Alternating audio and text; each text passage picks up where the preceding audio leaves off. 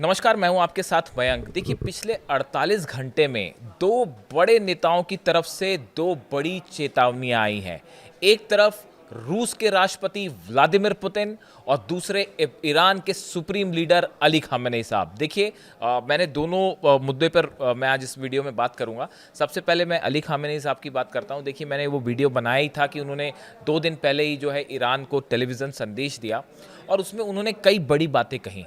और इसके ठीक अगले दिन यानी 24 घंटे के बाद व्लादिमीर पुतिन ने रिपोर्टर्स से बात की किर्गिस्तान के बिश्केक में, और उन्होंने बड़ी सारी ऐसे बातें क्लियर की हैं जिससे रूस की आने वाले दिनों में क्या रिस्पांस होगा अमेरिका को लेकर, मिडिल ईस्ट को लेकर, वो पॉलिसी साफ हुई। और बहुत हद तक अली खामेनेई साहब ने जो बातें कही वो जिस ग्राउंड पर देखी जा रही हैं, कमोबेश उसी ग्राउंड पर व्लादिमीर पुतिन पर भी बात करते दिखाई दिए हैं। और इन दोनों की स्पीच से, जो कि पिछले 48 घंटे के अंदर दी गई है, इन दोनों की स्पीच से अमेरिका और इजराइल दोनों एक प्रकार से सन्न हैं। देखिए, हम आपको बात एक एक करके बात करते हैं। पहले मैं बात करता हूं व्लादिमीर पुतिन की। देखिए, पुतिन ने जो है वो एक प्रकार से यूक्रेन को एक फाइनल वार्निंग दे दी है। ये गुरुवार को बीता जो था उसमें किर्गिस्तान के बिश्केक में वो बोल रहे थे, रिपोर्टर्स को एड्रेस कर रहे थे, और वहाँ पे उन्होंने यूक्रेन को लेकर और मिडिल ईस्ट को लेकर कई सवालों के जवाब दिए।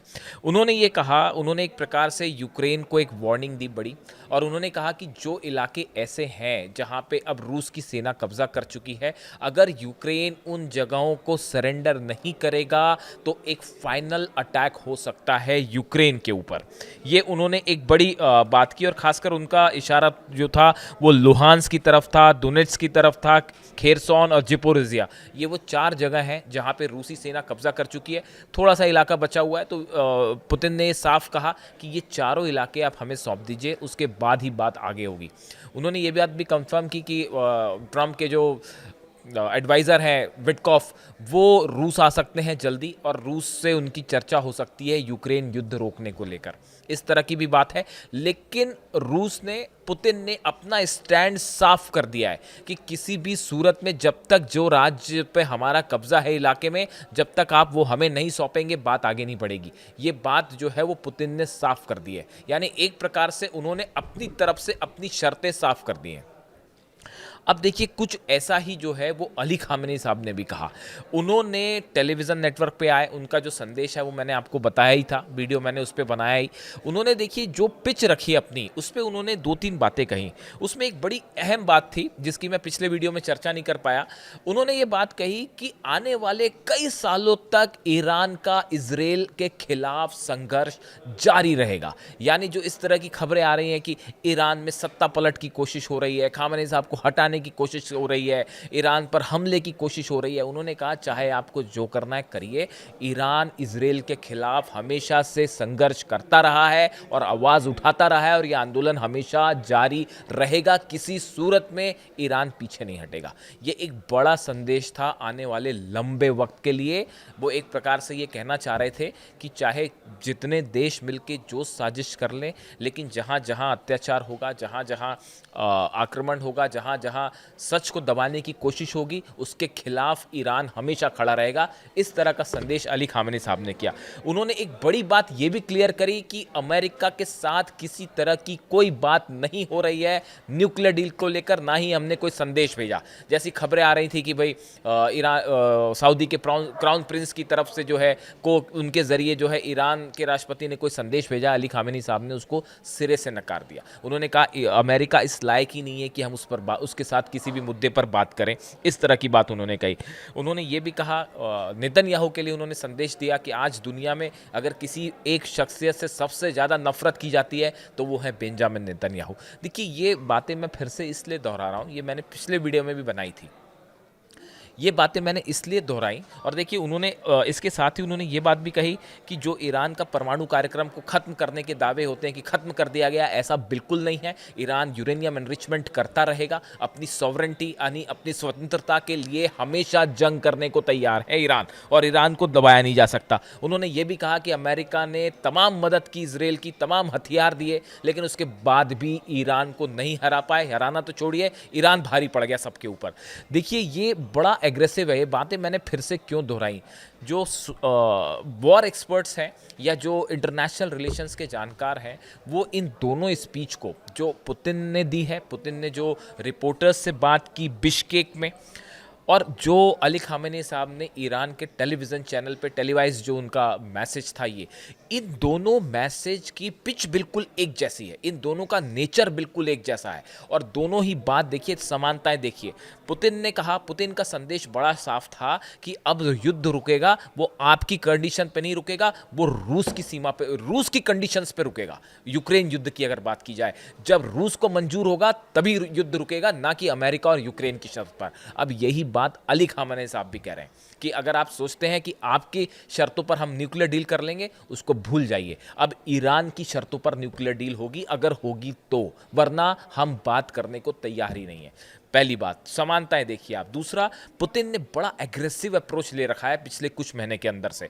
लगातार मिसाइल्स टेस्ट हो रही हैं, न्यूक्लियर मिसाइल टेस्ट कर ली, सबमरीन्स टेस्ट हो रही हैं, टॉर्पीडोज टेस्ट हो रहे हैं। आप ईरान को देखिए, आईसीबीएम टेस्ट हो रही है, नए ड्रोन्स टेस्ट हो रहे हैं, और नेवी की बात हो रही है। नेवी पे तो मैं एक अलग से वीडियो करूंगा आपको। ईरान ने नेवी के लिए, नेवी की दिशा में ज़बरदस्त काम किया है। और देखिए, आप अगर हथियारों की बात करें, पुतिन ने भी तेजी से एग्रेसिव स्टैंड लिया है, ईरान ने भी एग्रेसिव स्टैंड लिया है, और दोनों के नेताओं ने, अली खामेनी साहब ने भी और पुतिन ने भी ये स्टैंड अपना क्लियर किया कि अब जो भी बात होगी वो हमारी शर्तों पे होगी। आप तीसरी बड़ी बात देखिए, पुतिन जो है, उन्होंने ये बात हमेशा से साफ करी कि रूस जो है किसी दबाव में नहीं आएगा, ना ही चाहे अमेरिका हो, चाहे यूरोप हो, चाहे किसी भी तरह से कोई भी कोशिशें की जाए, उसको कतई स्वीकार नहीं है। नेशनल इंटरेस्ट फर्स्ट, बिल्कुल यही बात अली खामेनी साहब ने भी साफ कर दी है कि ईरान का नेशनल इंटरेस्ट फर्स्ट।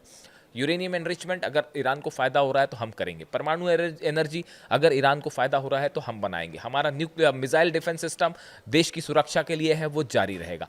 यानी एक ऐसा स्टैंड लिया रूस ने भी और ईरान ने भी, जो ये कह रहा है कि हम किसी भी इंटरनेशनल प्रेशर में नहीं आएंगे, अमेरिका के प्रेशर में नहीं आएंगे, यूरोप के प्रेशर में नहीं आएंगे, जो देश के लिए सबसे सही होगा वही कदम उठाया जाएगा। ये बात रूस और ईरान दोनों के मैसेजेस में, जो कि पुतिन दे रहे हैं और अली खामेनी दे रहे हैं, इसमें साफ है।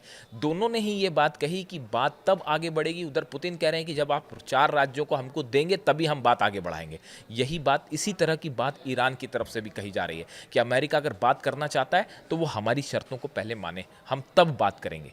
और इजराइल के लिए उन्होंने ये साफ कर दिया है कि इजराइल के साथ तो हमेशा संघर्ष जारी रहेगा, किसी तरह का कोई समझौता नहीं हो सकता। यानी आप देखिए, दोनों जो एक्सपर्ट्स हैं वो ये बताते हैं, जब इन दोनों स्पीच को कंपेयर किया जा रहा है, दोनों की बातों को कंपेयर किया जा रहा है, तो पूरे मिडिल ईस्ट में और यूरोप को लेकर पुतिन का क्या अप्रोच होगा और अली खामेनी साहब का क्या अप्रोच है, अली खामेनी साहब यानी ईरान का क्या अप्रोच होगा, इन दोनों में बड़ी समानता है। और ऐसा लगता है कि एक बड़ा विचार विमर्श के बाद दोनों देशों के, रूस और ईरान के बीच में, ऐसा लगता है कि एक बड़ी स्ट्रैटेजी तैयार हुई है कि कैसे अमेरिका को काउंटर किया जाए, कैसे इजराइल को काउंटर किया जाए, कौन से हथियारों का आपस में इंपोर्ट एक्सपोर्ट करना है, कौन से ऑयल जो है किस तरह से जो प्रतिबंध लगे हैं ऑयल को, उससे कैसे निपटना है, जो टैरिफ को लेकर अलग अलग प्रतिबंध लगे हैं उससे कैसे निपटना है, यूरोप ने जो स्नैपबैक सैंक्शंस लगाए हैं उसको लेकर क्या अप्रोच होनी चाहिए। तो ये देखिए, ये हाल ही में हमने देखा था कि ईरान के कई डेलीगेट्स जो है वो रूस जा चुके हैं, चाहे विदेश मंत्री हो, चाहे राष्ट्रपति हो,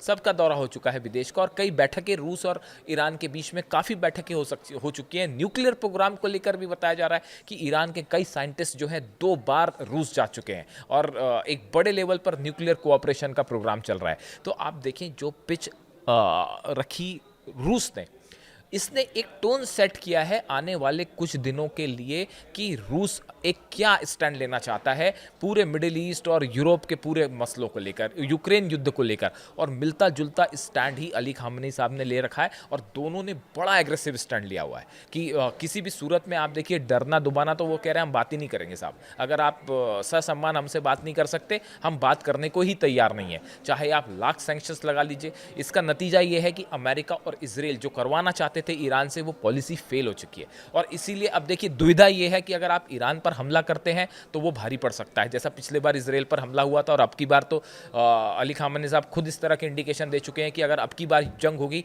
तो रोका ही नहीं जाएगी, जंग सीजवार नहीं होगा, उसको अंजाम तक आर पार की लड़ाई लड़ी जाएगी। तो युद्ध छेड़ना भी आसान नहीं है। अगर आप युद्ध करते हैं तो उसके लिए भी मुंह की खानी पड़ेगी, और इस बार तो रूस और चाइना भी साथ में खड़े हो जाएंगे। पिछली बार की तरह ईरान अकेला नहीं होगा। यानी देखिए, जो इस वीडियो का मकसद है, उस वीडियो का मकसद रूस और ईरान क्या कह रहे हैं वो तो बताना था ही, लेकिन ये जो पॉइंट मैं रखना चाह रहा था कि पुतिन और अली खामेनी साहब, इन्होंने एक बड़े लेवल पे ऐसा लगता है कि रूस और ईरान के बीच में इन तमाम मसलों को लेके, इंक्लूडिंग सीरिया, कि इजराइल के को लेकर क्या रणनीति अपनानी है, अमेरिका को लेकर क्या रणनीति अपनाई जाए, हथियारों का कैसे एक्सचेंज होने हैं, इसको लेके एक बड़ी अंडरस्टैंडिंग के साथ ऐसा लगता है कि दोनों नेताओं के बयान सामने आए। इसीलिए ये कहा जा रहा है कि आने वाले दिनों में, और ये बयान जो अली खामेनी साहब ने कहा वो ट्रंप ने भी ध्यान से सुना, और कहा जाता है कि ट्रंप ने नए B2 बॉम्बर्स बनाने के आदेश दे दिए हैं, इस तरह की बात आई। नेतन्याहू ने भी खबरें हैं कि अली खामेनी साहब के बयान को अच्छे से सुना, और उसके बाद जो है वो चर्चा हो रही है इसराइल में कि अब आगे क्या करना है। यानी पुतिन और खामेनी की जोड़ी जो है ये भारी पड़ती दिख रही है इसराइल और अमेरिका पे, और आने वाले दिनों में इसकी तोड़ निकालना या फिर न्यूक्लियर डील पर बात आगे बढ़ाना, ये अमेरिका और इसराइल दोनों के लिए एक बड़ी चुनौती साबित होने वाला है। अब इसका क्या हल निकलेगा, इसको लेकर अमेरिका क्या करेगा, इसराइल क्या करेगा, ये बड़ी देखने वाली बात होगी। इसके बारे में आपकी क्या राय है? आप भी अपनी राय रखिए कि मिडिल ईस्ट में जो पूरा सिचुएशन बन रही है, इसको लेकर आप क्या सोचते हैं? क्या मामला जंग की तरफ जाएगा, या किसी तरह की न्यूक्लियर डील होगी, या अब अगला कदम क्या हो सकता है मिडिल ईस्ट में? कमेंट करिए, बताइए। Thank you so much.